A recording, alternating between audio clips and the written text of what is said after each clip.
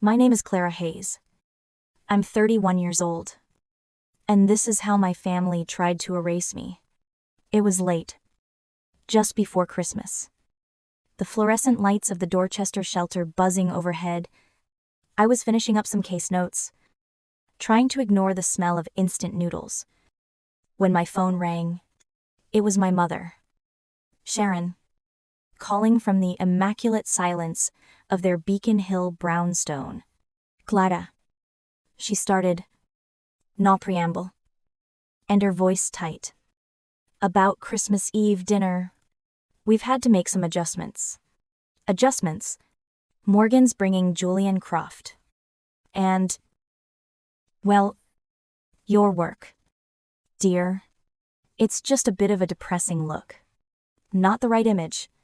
My $45,000 a year job helping people find a warm bed. A depressing look. You understand? She finished. Not a question. Before we continue, drop a comment and let me know where you're listening from. Have you ever been made to feel less than by your own family simply because you chose a life of passion over a life of profit? I just said. Okay. Mom. There was a pause on the other end. That slight, surprised silence.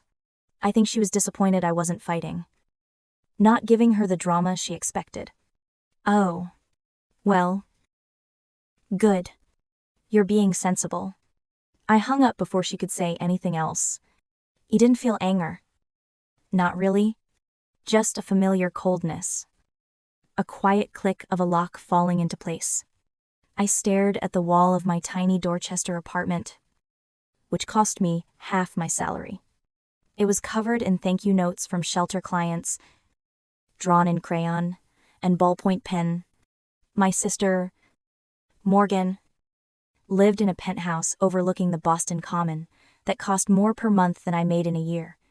She was a high-level recruiter for a biotech startup, a job that afforded her a collection of Loro Piana sweaters that looked like they were spun from clouds. And a Patek Philippe watch that she'd casually mentioned was a small bonus. My symbol was a 10-year-old trench coat, stained with coffee and snow, that I wore every single day.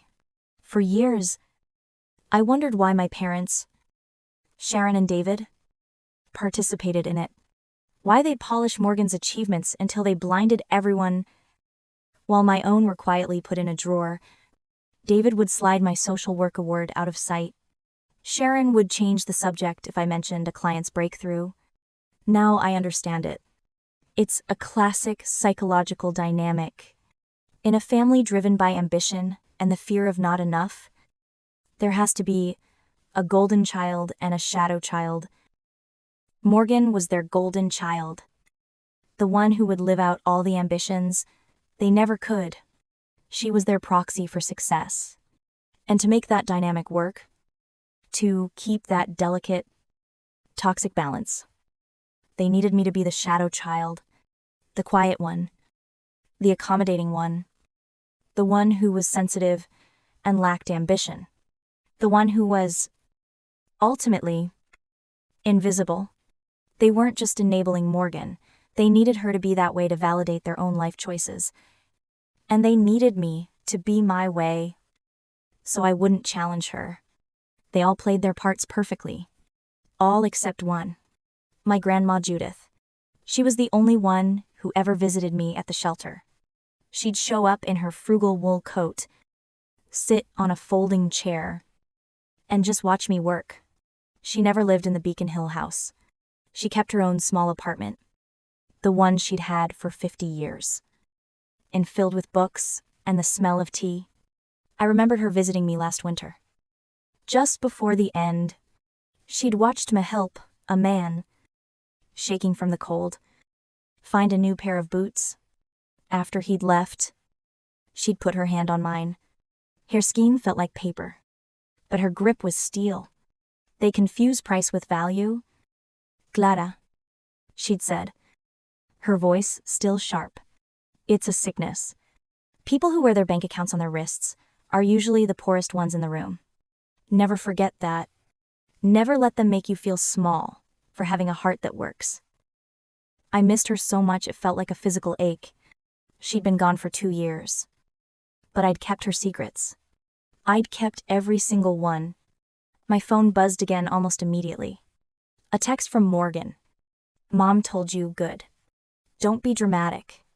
It's just one dinner. But Julian's network is everything. This is my shot.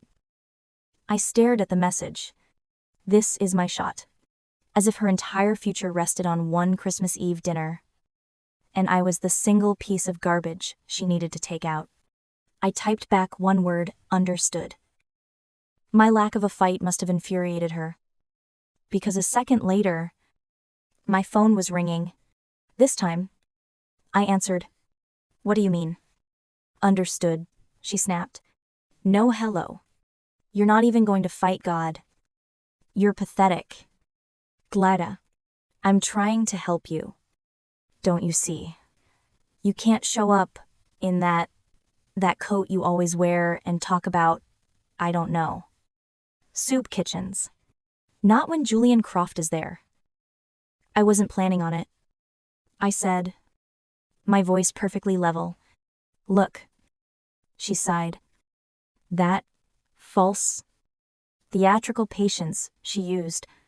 Just to be clear, don't even think about just showing up. I'm not joking. Glada, I will have security remove you. I will have you removed. The threat hung in the air, sharp and ugly. My own sister. Threatening to have me thrown out of our family home. The cruelty of it was so predictable. And, as I'd soon find out, so perfectly timed. I said, I have to go. Morgan, enjoy your dinner. I hung up. My hands weren't even shaking. That's the thing about being the shadow child for 31 years. You learn to absorb the blows. You learn to be still. But that night, something was different. I will have you removed. That was the final straw. It wasn't just an insult, it was an act of war. But I didn't cry. I didn't pace. I finished my noodles, opened my laptop, and got to work. I logged into a secure portal, one that required a multi-factor authentication key. I kept on a simple chain around my neck, hidden under my shirt. The one thing of value I ever wore. The header loaded on my screen.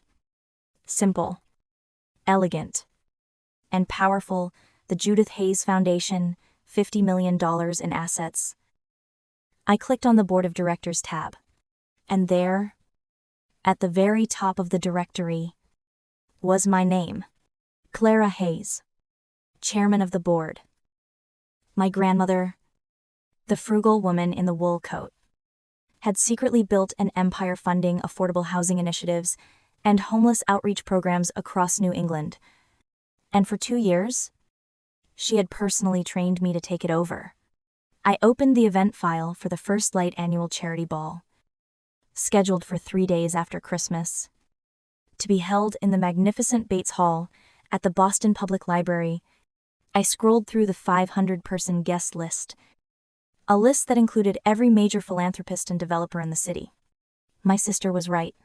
I wouldn't be at her Christmas Eve dinner. But she had no idea what I was planning for the ball, and that's when I realized I wasn't the victim anymore.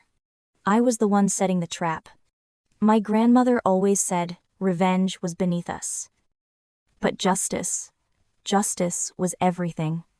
I opened my secure digital vault and pulled up the scanned copies of Judith's last will and testament. This was the real secret. The one I'd held for 2 years. This was the part even the Foundation's lawyers hadn't fully understood until I'd been appointed. The Foundation was one thing, but the family's personal inheritance, $20 million, and the Beacon Hill estate was another, and it came with one beautiful, unbreakable condition. I read the clause, the words practically glowing on my screen. Any named beneficiary who, in the judgment of the board, demonstrates active social or familial exclusion based on perceived class or profession, shall immediately forfeit all claims to this inheritance. Grandma Judith had been meticulous. She'd even included examples right there in the legal document, such as, but not limited to, refusing family invitation due to embarrassment over their honest, compassionate work. It wasn't just a will. It was a test. A $20 million character test. And my mother, my father, and my sister had just failed it. Spectacularly. Morgan's text message, "I will have you removed," wasn't just cruel. It was a legally binding confession. I'd already forwarded it, along with a transcript of my mother's call to the Foundation's legal team. I thought I couldn't be more amazed by Judith's foresight. But then I remembered the second part of the trap. I went back to the Foundation's board member page on the portal, and I smiled, really smiled, at the last name on the executive committee list. Julian Croft. This was the secondary twist. The part that was pure, beautiful irony. Julian, the 34-year-old new money real estate developer Morgan, was so desperate to impress, wasn't just some random wealthy bachelor. He was Grandma Judith's secret protege. A man she'd mentored since he was building his first duplex. A man who shared her values completely. And for the last year, he had been a member of her Foundation's board, serving right alongside me. We'd never met in person. Our board work was all done via email and quarterly Zoom calls, where we were just our formal names on a screen. Tim, C. Hayes, and J. Croft. He knew me as the quiet, efficient chairman. I knew him as the sharp, insightful developer who always voted to fund the most ambitious housing projects. My sister wasn't just bringing her new boyfriend to Christmas Eve dinner. She was bringing the Foundation's co-chair to a dinner that was specifically designed to exclude the other co-chair. She was about to perform her snobbery in front of the one man who, by law, had the power to disinherit her for it. It was perfect. The plan accelerated faster than I could have imagined. 2 days before Christmas, my phone buzzed with an unknown number. I was at the shelter, coordinating volunteers for the Christmas Eve service. Clara Hayes. The voice was deep, professional, and careful. "This is she. Ms. Hayes. This is Julian Croft. I think we've been corresponding for a year. I'm on the board of the Judith Hayes Foundation." I stopped, holding a box of tinsel. "Mr. Croft. Yes. It's good to finally speak with you." There was a long pause. "I apologize for this call. It's highly irregular. I'm in Boston for a personal matter, and I was doing some research. I was just at the Foundation's main office. I saw the donor wall. I saw your portrait as chairman." I said. "You saw the portrait?" "Yes. And I have to be honest, I'm horrified. I'm here to... Well, I was here to meet my girlfriend's family.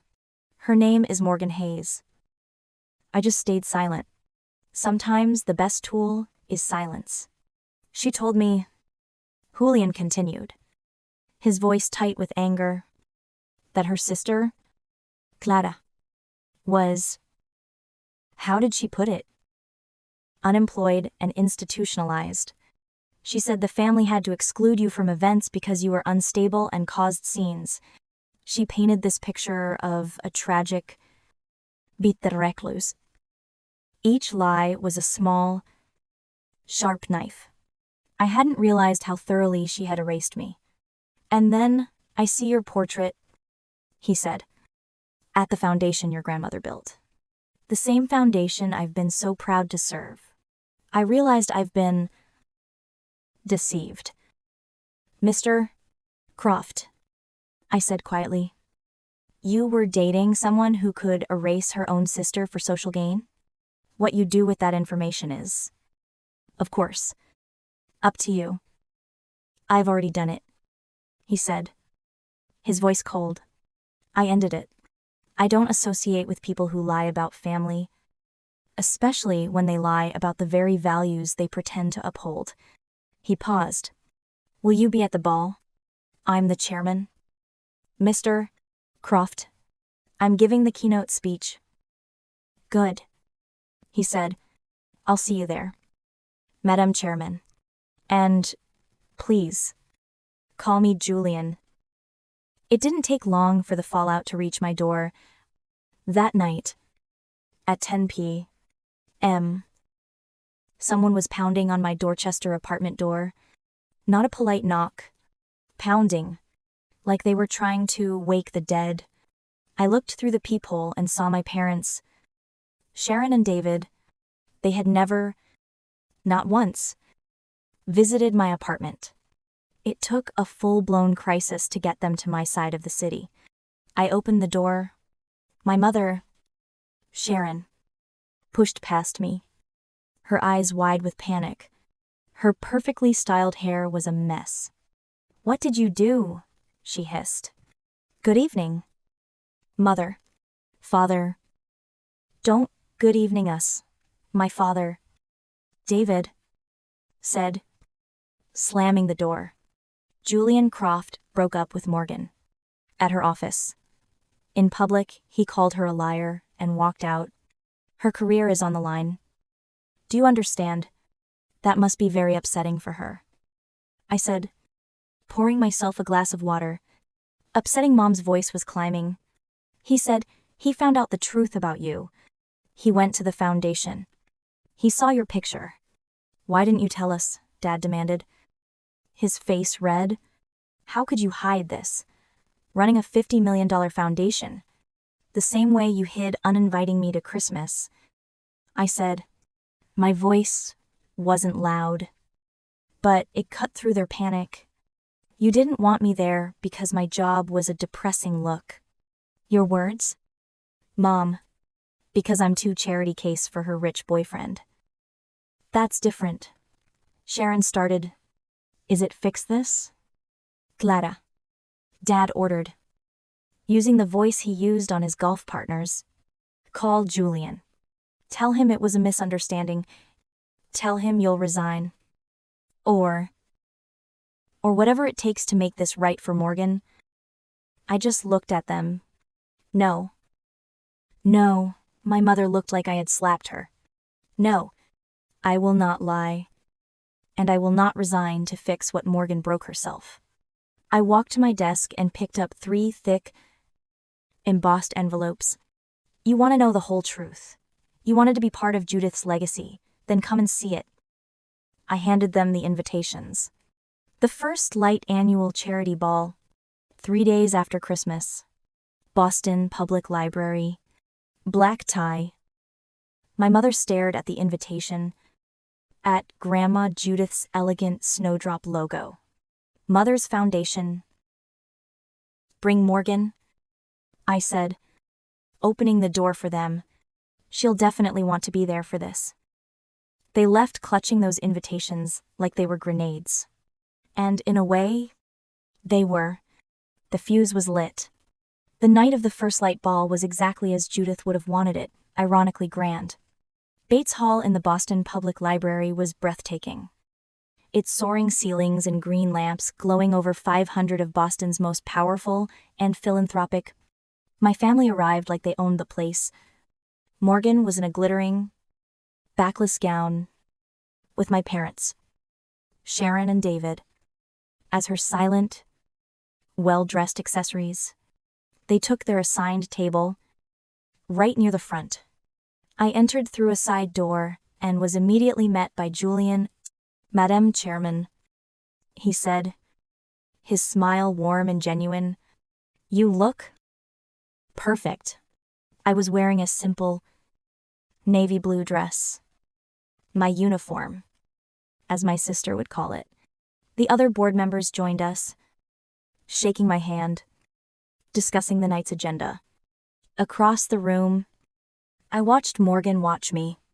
I saw her face go from confusion to alarm to pure, narcissistic panic. She couldn't understand why Julian was smiling at me.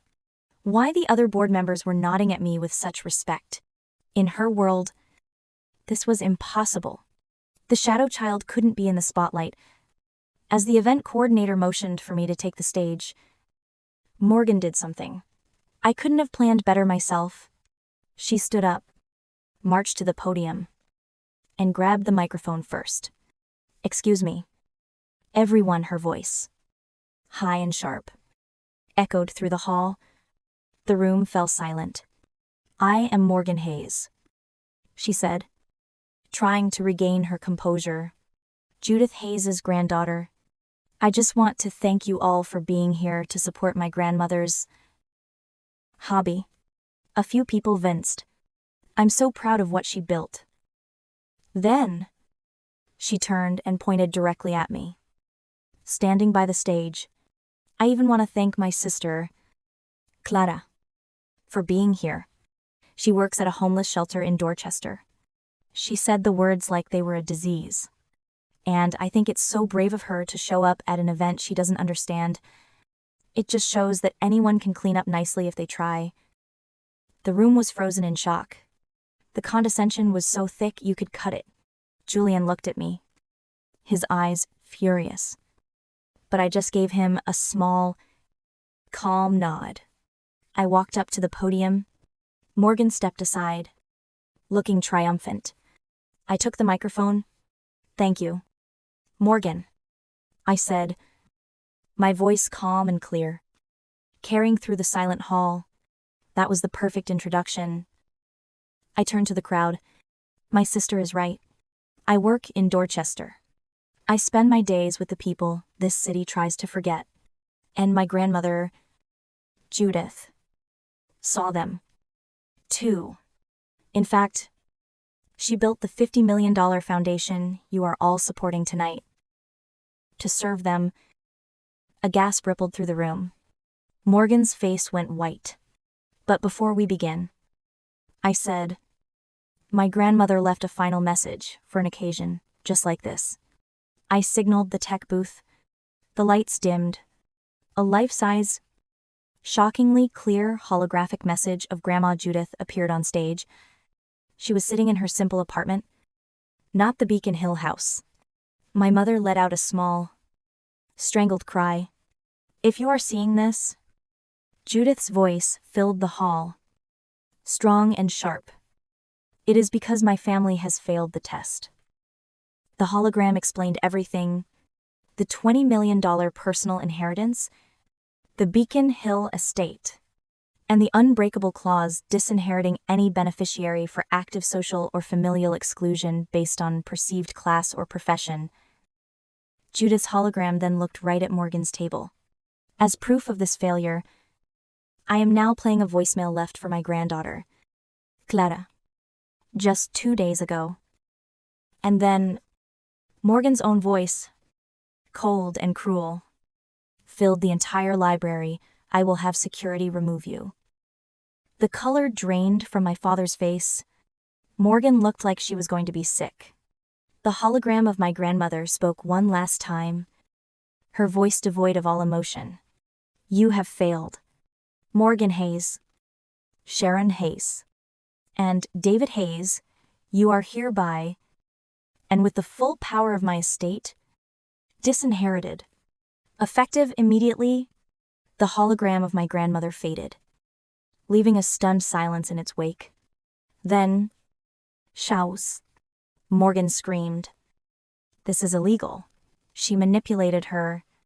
My mother was sobbing uncontrollably, leaning on my father, who just stood there, gray-faced, staring at the empty space where Judith's image had been. "It's ironclad. Ms. Hayes," the Foundation's lawyer, Mr. Abernathy, stated calmly from his table near the front. Julian stood beside him. Every contingency was covered. "The will has been reviewed by 3 separate firms. Your own words, recorded and witnessed, triggered the clause." Security guards moved quietly towards my family. Morgan lunged, trying to get back to the stage. but they gently, firmly, guided her, along with my parents, towards the exit. "You'll regret this. Clara, you'll be nothing," she shrieked as they disappeared through the grand doors of Bates Hall. As the doors closed, Julian stepped forward. He didn't take the podium. I just spoke clearly into the still air. "For the record," he announced, his voice ringing with authority, "Croft Development is immediately severing all ties and withdrawing all potential investment from Morgan Hayes' current employer, effective immediately. We do not partner with firms that tolerate this kind of blatant discrimination and dishonesty." The final nail in her professional coffin. The gasps were audible. Watching them leave, I didn't feel triumph. Not exactly, just a profound, aching quiet inside. This wasn't the joyous victory people imagine. It was necessary. People talk about cutting off toxic family like it's easy, like it's just flipping a switch. But it's not. It feels like cutting off a limb to save the body. It's a painful, messy act of survival. Acknowledging that sometimes the deepest wounds come from the people who are supposed to protect you. It's the final, heartbreaking acceptance that blood doesn't automatically equal loyalty, or safety, or love. Sometimes, the only way to find yourself is to let go of the ties that are strangling you. I walked back to the podium. The 500 guests were silent, watching me, waiting.